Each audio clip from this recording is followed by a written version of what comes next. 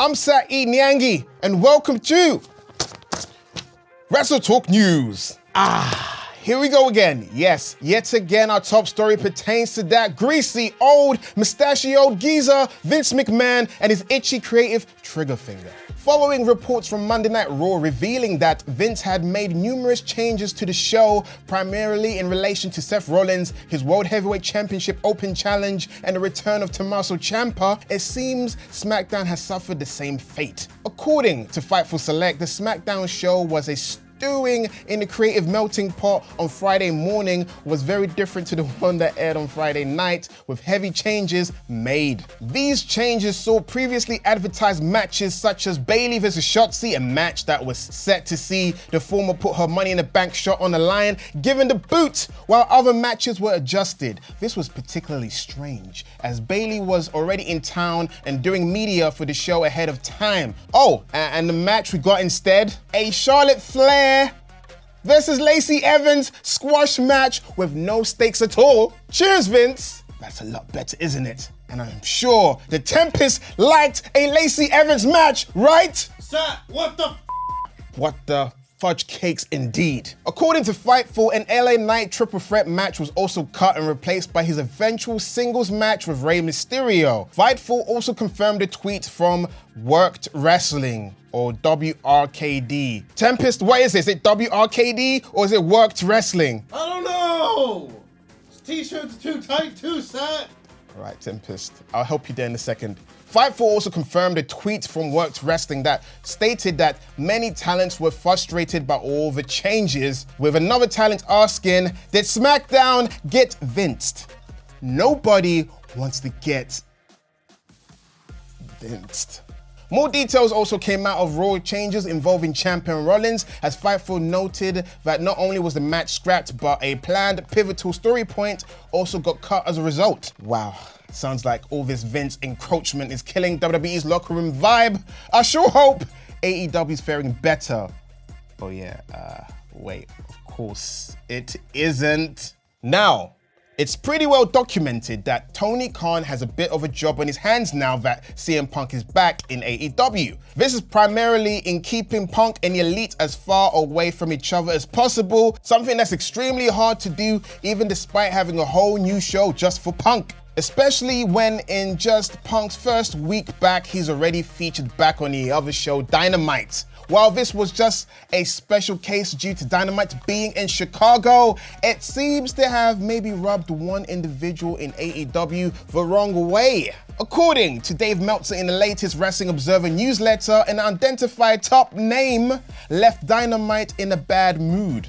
Even with the key people kept apart and not on the same shows, the situation looks like being a ticking time bomb that will not have a happy ending. Now, this report caught the eye of one Dax the Axe Harwood of FTR, who quickly called out the individual behind the leak, saying in a now deleted tweet, "We love deleted tweets. What does it say? Whatever, top star left the show in a bad mood because a certain individual there. Instead of running to Dave, why not just tell the individual face to face?" What happened last time, sir? Funny you say that, to which Meltzer responded, "Remember the last time that happened?" Of course, as Tempest, Canada, and Dave Meltzer are referring to, of course, is in reference to Brawl Out. Subject of this whole malarkey, CM Punk also chimed in the only way he knows how. Instagram stories, posting an image of himself along with the Rancid song, Timebomb. It's a good song. Punk and the Elite will of course be under the same roof for the first time since All Out this Sunday at Forbidden Door. So that age-old question remains. Tempest, can they coexist?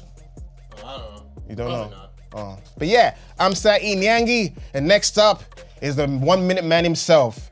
There's actually pills for that. Tempest Canada, come on son, it's your time. He's wearing shorts. Look at that! Look at that! Oh yeah! Look at them nice legs. He's gonna go to Canada and get him tanned. But in the meantime, ooh, tight! Give me some love. That's what the comment section say negative things. Happy Pride Month, motherfucker. And the lights go rainbow. And I run off. And I tee.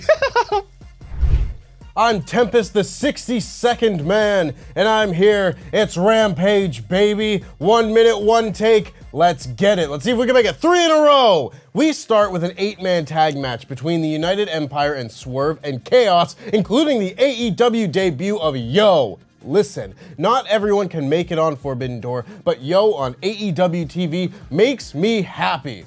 Oh no, I went the wrong way, damn it. Even when Yo gets beat with the hidden blade like he did here, Adam Cole came out to the ring and MJF made his Rampage debut, coming out and letting Cole know that he had Tony Khan book Cole a match for Forbidden Door against filthy Tom Lawler, who immediately jumped Cole from behind. MJF took his sweet time making it down to the ring and wished Cole luck at the pay-per-view.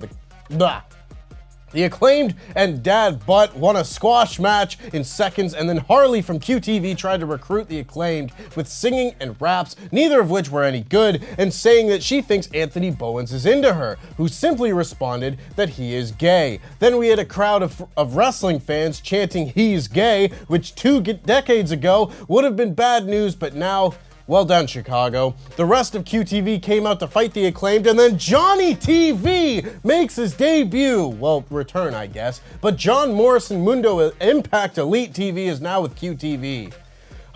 Sky Blue Sky Blue beat Anna JAS to advance in the Owen Hart Cup, winning with the code blue. And then we had the biggest arrival of the entire show, the biggest star in all of wrestling, Doki. Doki was here, Sat. It's Doki. He lost to Jack Perry, but not before Doki got the entire Chicago crowd on his side. Jungle Boy won with Sonata's Skull End finisher, and then Sonata came out to close the show with a stare down.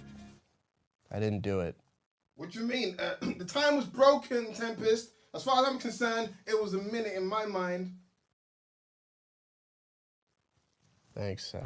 Well, maybe I can do SmackDown in under 5 minutes. This is Tempest's review of SmackDown in about 5 minutes. This show begins with the Usos coming down to the ring, now free of the bloodline. Jay is really fired up and says Roman disrespected Jay and his brother. Jimmy says he thinks Jay did the right thing last week, and then they turn their attention to Paul Heyman, saying he is a snake that tried to put a wedge between 2 brothers. They said they're going to go to London and welcome Roman and Solo to the Uso Penitentiary. The Paul Heyman angle of this appears to be where the storyline is going to be headed after Money in the Bank, and I think the corrupting influence of Paul Heyman is a very fun angle to play with as we maybe head into the latter stages of the Bloodline life. LA Knight beat Rey Mysterio clean as a sheet in our first match of the night, and probably our best match of the night. Probably Knight's biggest win since his debut as well, granted it's not a long list, and he has beaten Mysterio before, but in this one he just out-wrestled him,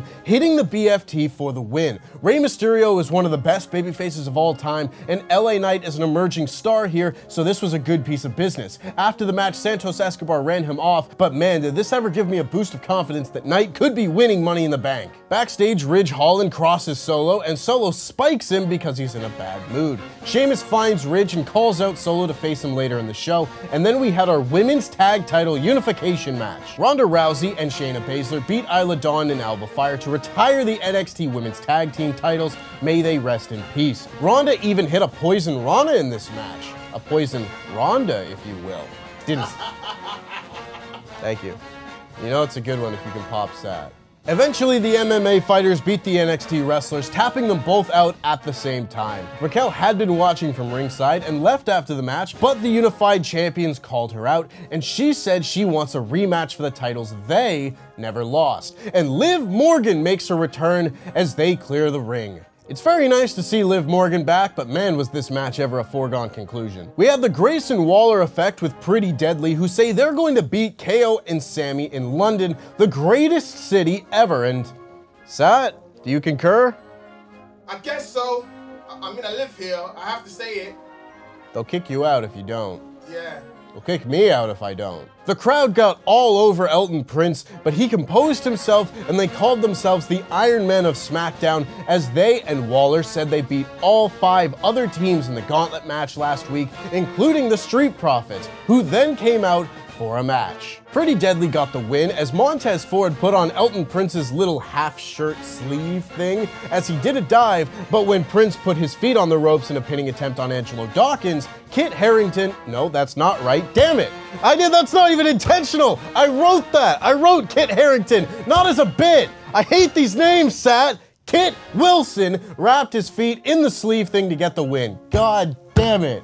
Which one's Kit? Which one's Elton? Another solid heel finish for these two who continue to rack up wins as we head towards their tag title match next week. Charlotte Flair beat Lacey Evans in a squash match and then Asuka kicked her in the fucking face. Oh my God, it was brutal and it was incredible and it was almost made worth not seeing that Bayley and Shotzi match. Almost. Bianca Belair was barred from ringside for Charlotte and Asuka's match by Adam Pearce, and she said she doesn't trust him. And then we got our main event match of Sheamus versus Solo Sikoa. A solid enough match. It didn't really feel like a main event match, but I think that just goes to show that this was a low-stakes episode of SmackDown. They traded their big spots, and then Solo put Sheamus through the barricade, and the ref called the match off. Did Solo win by knockout? Did this get ruled a no contest? I don't know. Then the Usos superkicked Solo a bunch of times to end the show. Not a lot happened on this episode of SmackDown, some solid matches, but not a lot of note. Liv Morgan came back, that's neat, but you could really feel Vince McMahon's influence on this one. This episode of SmackDown gets a 3 out of 5.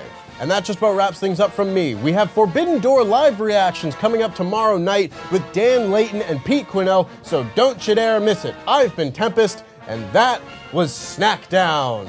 It's time to give our predictions for AEW X New Japan Forbidden Door 2023. I'm Luke Owen, DAD, and I'm joined by that champion Tempest?